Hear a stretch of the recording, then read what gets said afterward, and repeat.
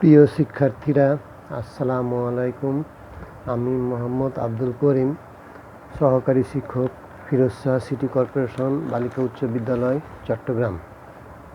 আশা করি তোমরা করোনার মধ্যে স্বাস্থ্যবিধি রক্ষা করে সবাই সুস্থ আছো। আমি গত ক্লাসে তোমাদের পরমাণু রসায়ন বিষয়ে 3য় অধ্যায় থেকে পদার্থের গঠন থেকে আমরা পরমাণু মডেল সম্পর্কে আলোচনা করেছিলাম।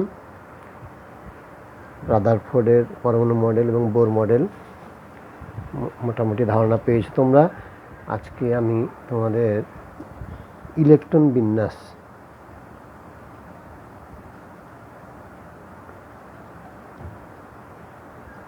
নিয়ে আলোচনা করব।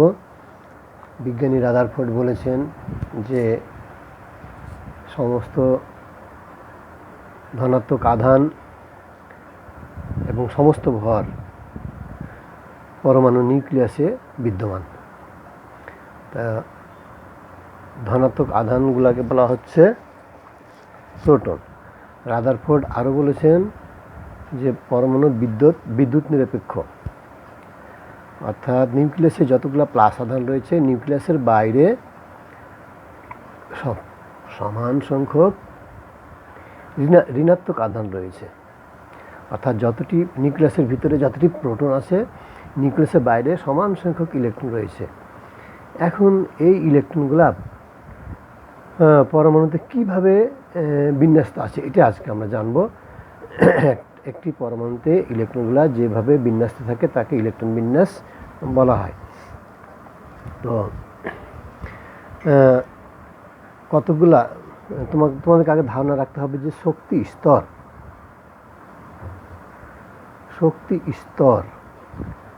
কক্ষপথ একই জিনিস না। কক্ষপথ এটা বৃত্তাকার হতে পারে, আবার এরকম উপবৃত্তাকার হতে পারে, তাই না? তো একটা কক্ষপথে 2টার বেশি ইলেকট্রন থাকতে পারে না। একটা থাকতে পারবে, একটা থাকলেও থাকতে পারে, কিন্তু 2টার বেশি ইলেকট্রন থাকতে পারে না। একটা ইলেকট্রন যদি ঘড়ির কাঁটার দিকে ঘুরে আর একটা ইলেকট্রন তার উল্টা দিকে ঘুরে, যার জন্য এদের বিপরীত ধর্মী চুম্বক ক্ষেত্রের সৃষ্টি হয়। এদের স্পিন আলাদা, অর্থাৎ একটা ইলেকট্রন যদি ডানাবর্তে ঘুরে তো অপর ইলেকট্রন বামাবর্তে ঘুরে, যার ফলে এদের মধ্যে বিপরীত চুম্বক ক্ষেত্রের সৃষ্টি হয়, যার ফলে মনে করো যে একজন আরেকজনের অপোজিটে থাকে, কখনোই সংঘর্ষ হয় না। এই ইলেকট্রন যখন এখানে আসবে এই ইলেকট্রন তখন এখানে যাবে, সবসময় বিপরীতে অবস্থান করে। আচ্ছা, তো কক্ষপথে আমরা জানলাম যে কক্ষপথ বৃত্তাকার হতে পারে, উপবৃত্তাকার হতে পারে, তবে একটি কক্ষপথে 2টার বেশি ইলেকট্রন থাকতে পারবে না। আর শক্তি স্তর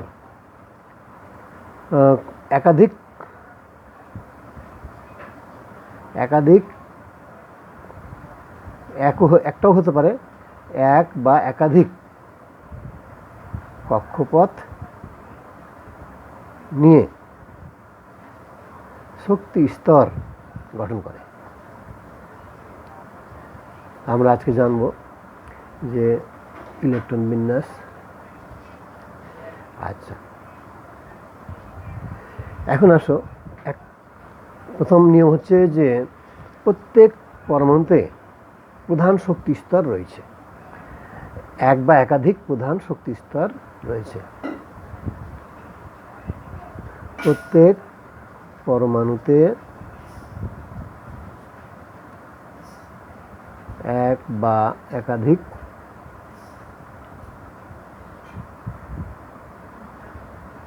শক্তি স্তর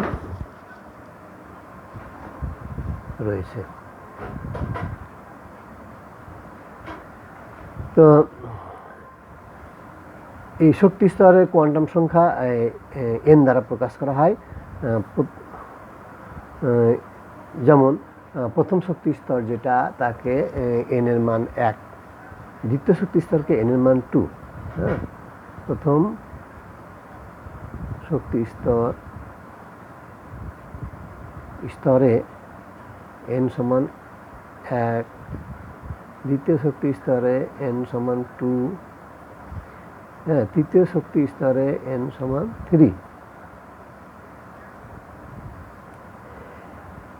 এইভাবে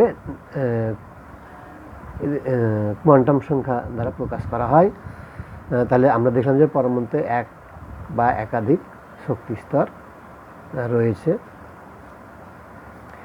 আচ্ছা, এরপর 2 নম্বরে আসো যে শক্তি স্তরকে সেল বলা হয়। শক্তি স্তরকে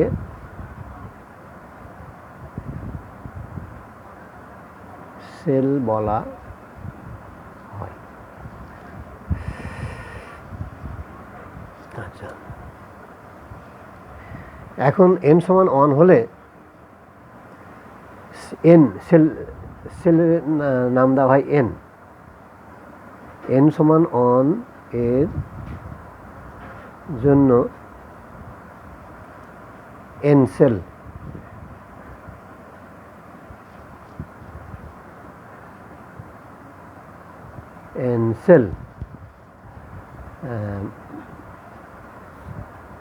n সমান 2 এর জন্য না, l থেকে শুরু, l সেল, n সমান 1 এর জন্য l সেল, m সেল। তারপরে আসো n সমান 3 এর জন্য l m, কি ভুল হচ্ছে না, k থেকে শুরু, l নয়, k l m সেল। এভাবে চলবে। n সমান 4 এর জন্য k l m n sell.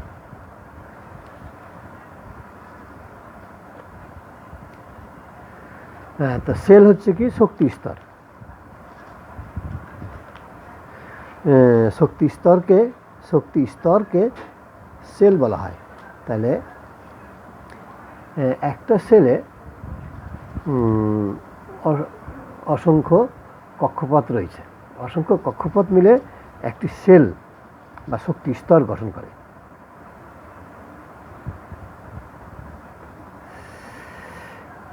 হ্যাঁ, একাধিক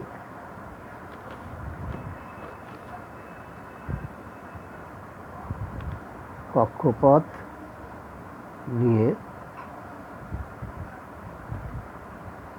সেল গঠিত।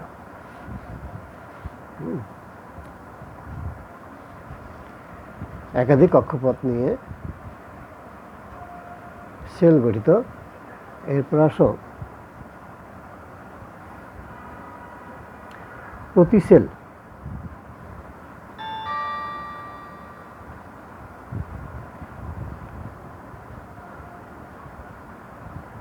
কতগুলো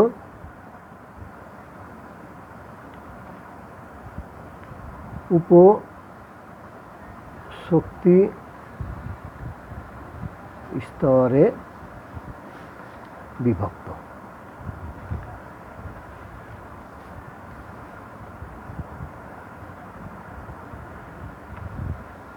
যেমন এদেরকে এস পি, তারপরে তোমার ডি এফ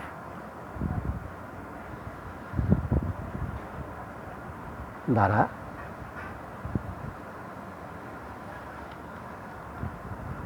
প্রকাশ করা হয়। তারপর আসো 3 নম্বরে আসো তোমার প্রতি সেলে 2n স্কয়ার, সর্বাধিক 2n স্কয়ার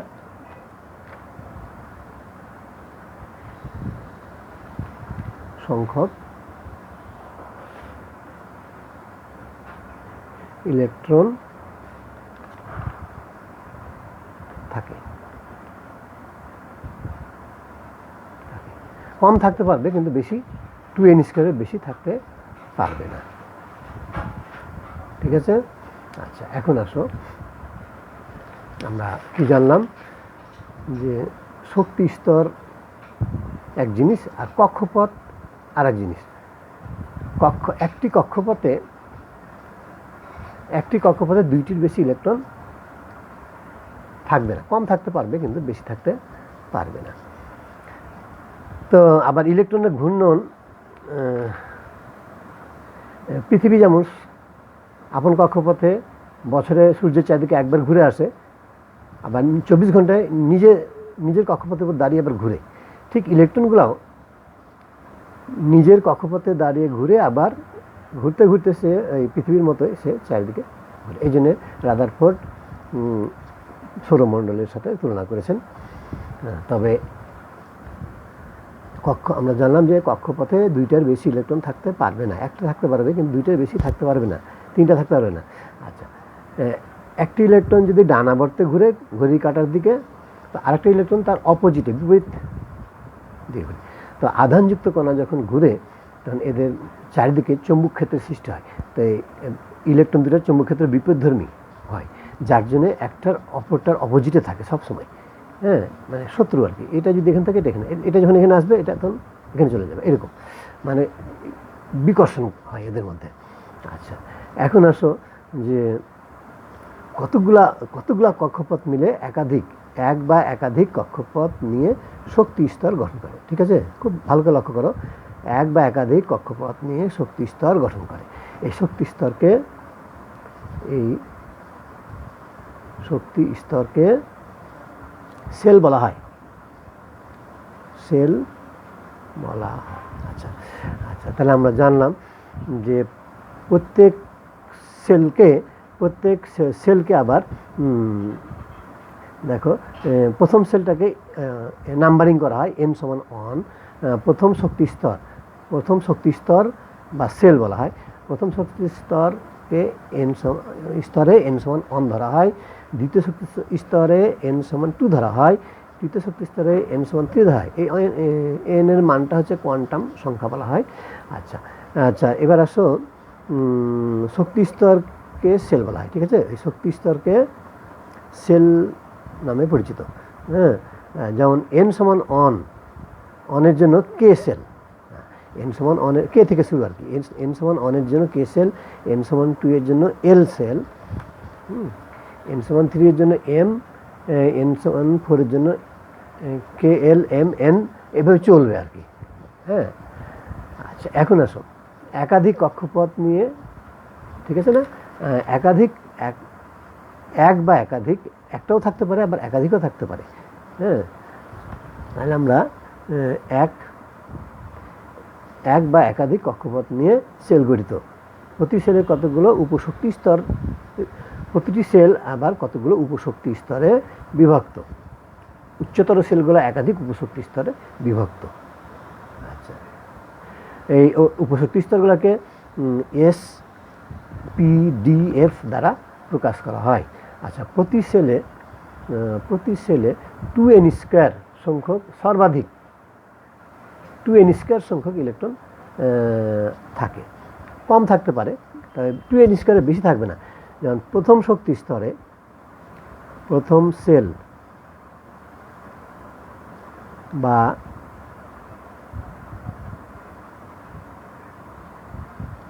শক্তি স্তরে n= কত, 1, তাহলে ইলেকট্রন হবে কয়টা, 2n², 2 × 1² সমান 2টি ইলেকট্রন হবে, 2টা। প্রথম শক্তি স্তরে ইলেকট্রন 2টা, একটাও থাকতে পারে, 2টার বেশি থাকবে না। দ্বিতীয় সেল বা শক্তি স্তরে কত, n এর মান 2, তাহলে ইলেকট্রন হবে কয়টা, 2 × 2²। এই সূত্র হচ্ছে 2n², এটা সূত্র। হ্যাঁ, 2 × 2² সমান 8টি। এভাবে তোমরা এখন বের করতে পারবা তৃতীয় সেল বা শক্তি স্তরে n সমান 3, n এর মান হচ্ছে 3, তাহলে ইলেকট্রন কয়টা থাকবে 2 × 3², 3 × 3 = 9, 9 × 2 = 18টি। চতুর্থ সেল বা শক্তি স্তরে n সমান কত হবে n সমান 4, ইলেকট্রন কয়টা থাকবে 2 × 4², 32টি। এইভাবে চলবে আর কি। হ্যাঁ, তো চতুর্থ শক্তি স্তরে 32টা ইলেকট্রন।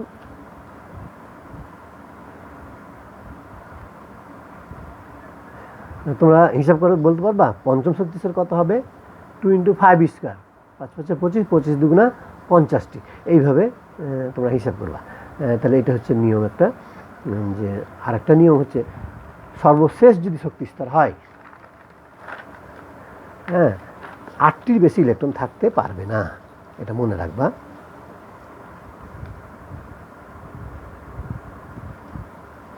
এটা কত নম্বর ছিল 3 নম্বর, এখানে 4 নম্বর।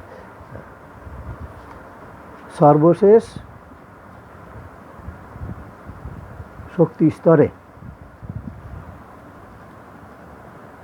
8টির বেশি ইলেকট্রন থাকতে পারবে না। কোনো সেল যদি সর্বশেষ সেল হয় তবে এখানে 8টির বেশি ইলেকট্রন থাকতে পারবে না, এটা নিয়ম একটা। যদি সর্বশেষ সেলে 1টা 2টা বা 3টা থাকে তাহলে মৌলটা হবে ধাতু। সর্বশেষ শক্তি স্তর বা সেলে 1টি 2টি বা 3টি ইলেকট্রন থাকলে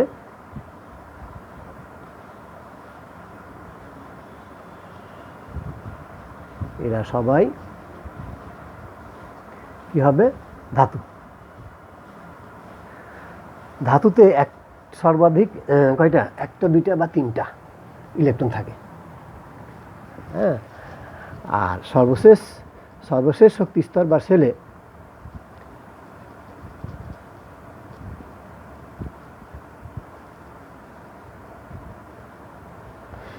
5টি 6টি বা 7টি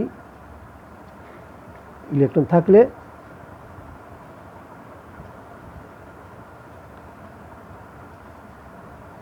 মৌলটি অধাতু হবে।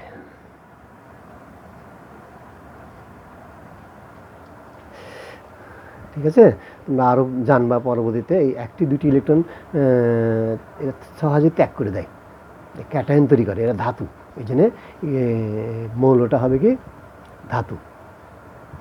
আর সর্বশেষ স্তরে 5টা 6টা 7টা ইলেকট্রন যদি থাকে এরা ত্যাগ করতে পারে না, তখন এরা ওই 8টা পূর্ণ করার জন্য অন্যের কাছ থেকে কি গ্রহণ করে, ইলেকট্রন গ্রহণ করে, এরা ঋণাত্মক আধানে পরিণত হয়। এরা সবাই অধাতু। আচ্ছা, তোমরা এটা পরে জানবা, এখন মোটামুটি জেনে রাখো সর্বশেষ শক্তি স্তরে 8টার বেশি ইলেকট্রন থাকতে পারবে না। যদি থাকে তাহলে কি এরা নিষ্ক্রিয় গ্যাস। আচ্ছা, সর্বশেষ শক্তি স্তরে 4টি ইলেকট্রন থাকলে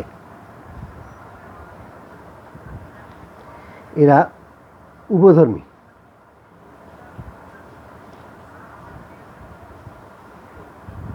মানে ধাতুর মতো আচরণ করে, আবার অধাতুর মতো আচরণ করে। এরা হচ্ছে উভধর্মী পদার্থ। কোনো পদার্থের পরমাণুতে যদি 4টি ইলেকট্রন থাকে এরা উভধর্মী। এগুলো খুব গুরুত্বপূর্ণ মৌল। এগুলো গুরুত্বপূর্ণ মৌল, যেমন কার্বন, তারপরে সিলিকন, জার্মেনিয়াম। এগুলো দিয়ে কী করা হয় জানো? রেডিও, টিভি, এই ইলেকট্রনিক যন্ত্রপাতির পার্টস তৈরি করা হয়। রেডিও টেলিভিশনের এগুলো পার্টস তৈরি করে, যেমন ডায়োড, ট্রায়োড, হ্যাঁ, এগুলো তৈরি করা হয়।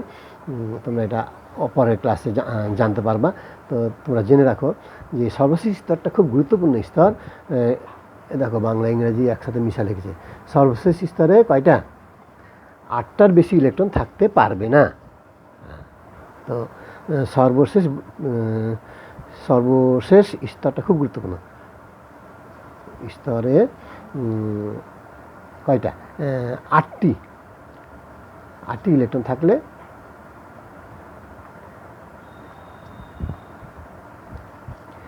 মৌলটি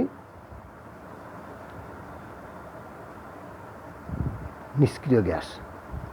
তাহলে দেখো তো সর্বশেষ স্তরটা কত গুরুত্বপূর্ণ।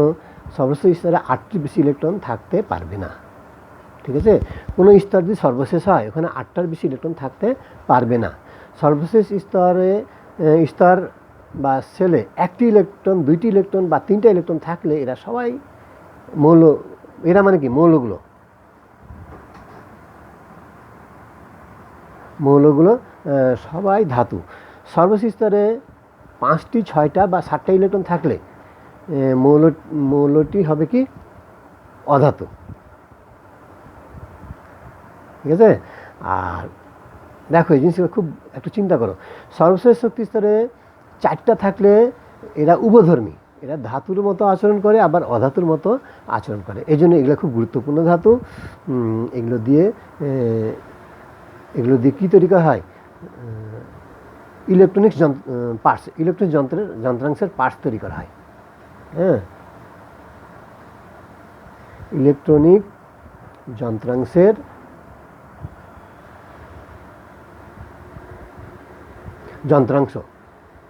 যন্ত্রাংশ তৈরি করা হয়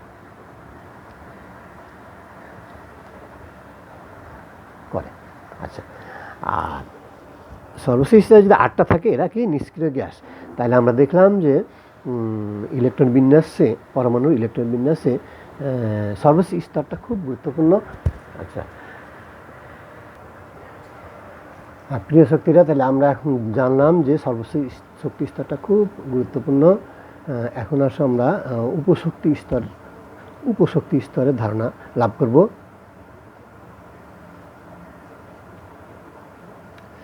উপশক্তি স্তর, আমরা জানি যে প্রতিটি প্রধান শক্তি স্তরে কে এন দিয়ে চিহ্নিত করা হয়। এনের মান, প্রথম শক্তি স্তরকে এনের মান 1, দ্বিতীয় শক্তি স্তরে এনের মান 2, এইভাবে চিহ্নিত করা হয়। আবার উপশক্তি স্তরকে এল দ্বারা চিহ্নিত করা হয়। উপশক্তি স্তরকে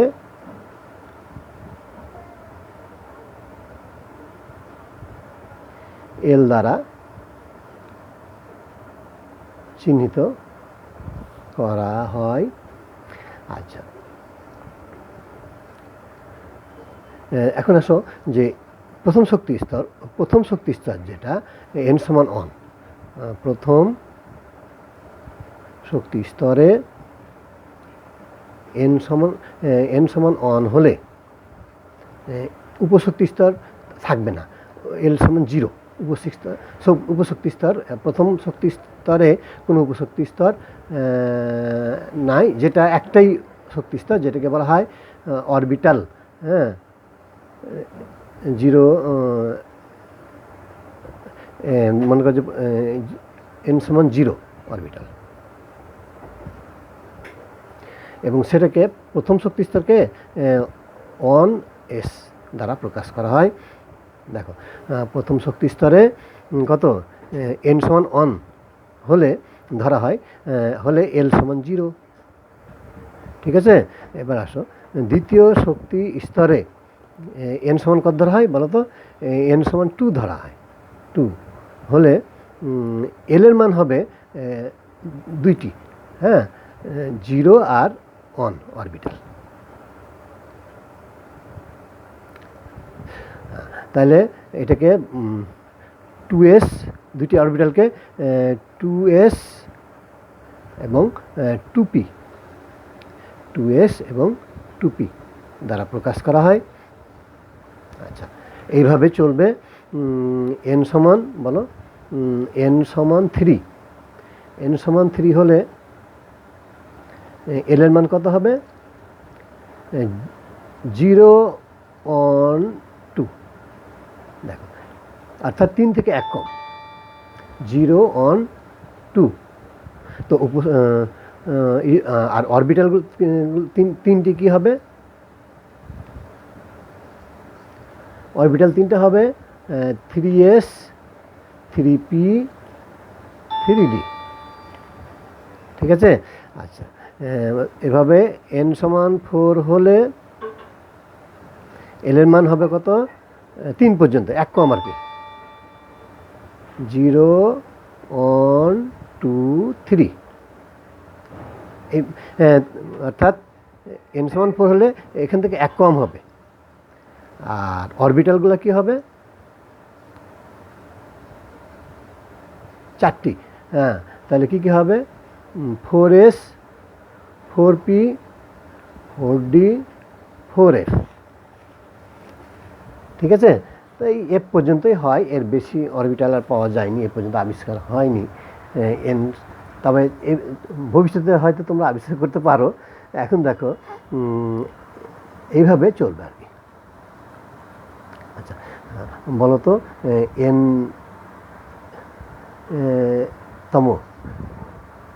তম শক্তি স্তরে অরবিটাল কয়টা হবে? মানে এখানে অরবিটাল হবে nt, তাই না?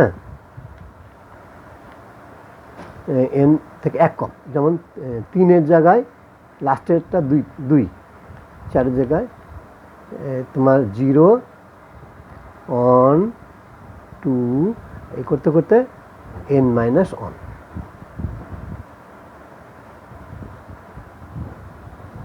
এতটি, ঠিক আছে না? দেখো তো n সমান 4 হলে 0 on 2, 3 পর্যন্ত, 1 কম আর কি। n হলে n থেকে 1 কম পর্যন্ত হবে আর কি অরবিটাল সংখ্যা। হ্যাঁ, তো এটা আমরা ধারণা করলাম, কিন্তু আসলে এতগুলা নাই। তোমরা যদি ভবিষ্যতে আবিষ্কার করতে পারো। তো এখন বন্যা যখন হয় তখন আগে নিচু স্তর প্লাবিত হয়, পরে উঁচু স্তরে পানি যায়, না কি বলো? আগে নিচু স্তরগুলো কি প্লাবিত হয়, পরে উঁচু স্তরে পানি যায়।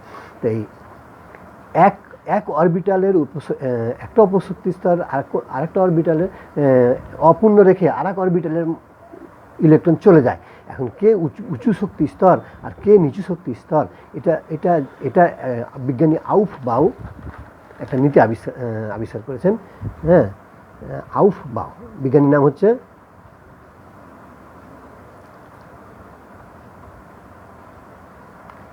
আউফবাউ। হ্যাঁ, একজন বিজ্ঞানীর নাম আউফবাউ, ইনি আবিষ্কার করছেন। কিভাবে? দেখো তো, প্রথম শক্তি স্তরে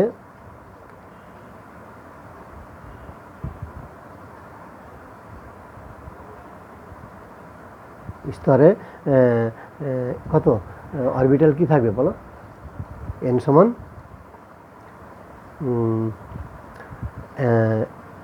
অরবিটাল একটি। হ্যাঁ, অরবিটাল কয়টা? on s একটা। দ্বিতীয়, এই অনটা হচ্ছে কি n এর মান আর কি। দ্বিতীয় শক্তি স্তরে অরবিটাল কয়টা? 2টা। এই যে on s, 2s, 2p, 2s, 2p। তৃতীয় শক্তি স্তরে অরবিটাল কত হবে? 3s, 3p, 3d, 3টা উপশক্তি স্তর। তাহলে তৃতীয় শক্তি স্তরে উপশক্তি স্তর আছে 3টা।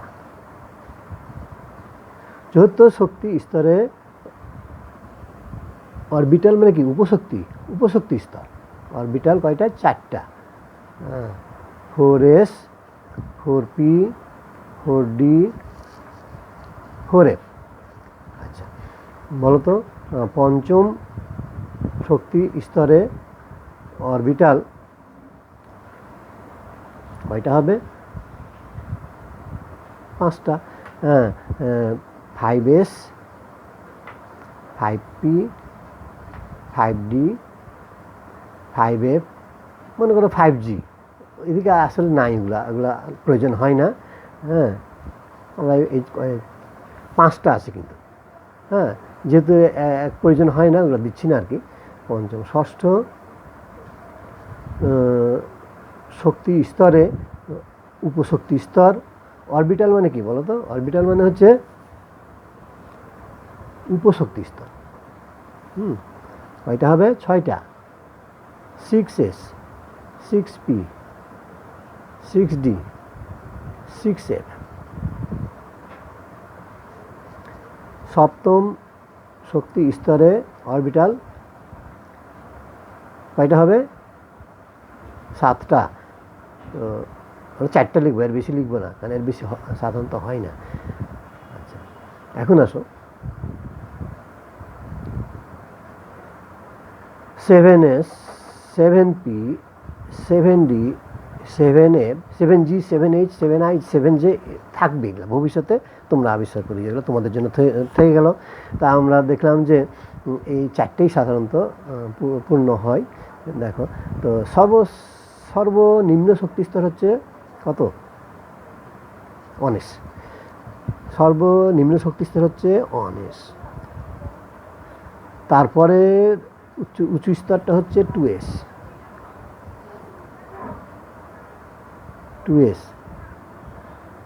তারপরে হচ্ছে এটা 2p, তারপরে 3s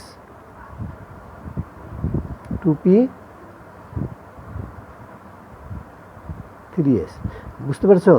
বললাম যে বন্যার পানি আগে নিম্ন শক্তি স্তর পূরণ করে, নিচু জায়গা পূরণ করে, পরে উঁচু জায়গাতে পানি যায়। ঠিক সেরকম আগে 1s শক্তি স্তরটা পূরণ হবে, তারপর 2s যাবে। 2s পূর্ণ হয়ে গেলে 2p-তে যাবে। 2p পূর্ণ হয়ে গেলে 3s যাবে।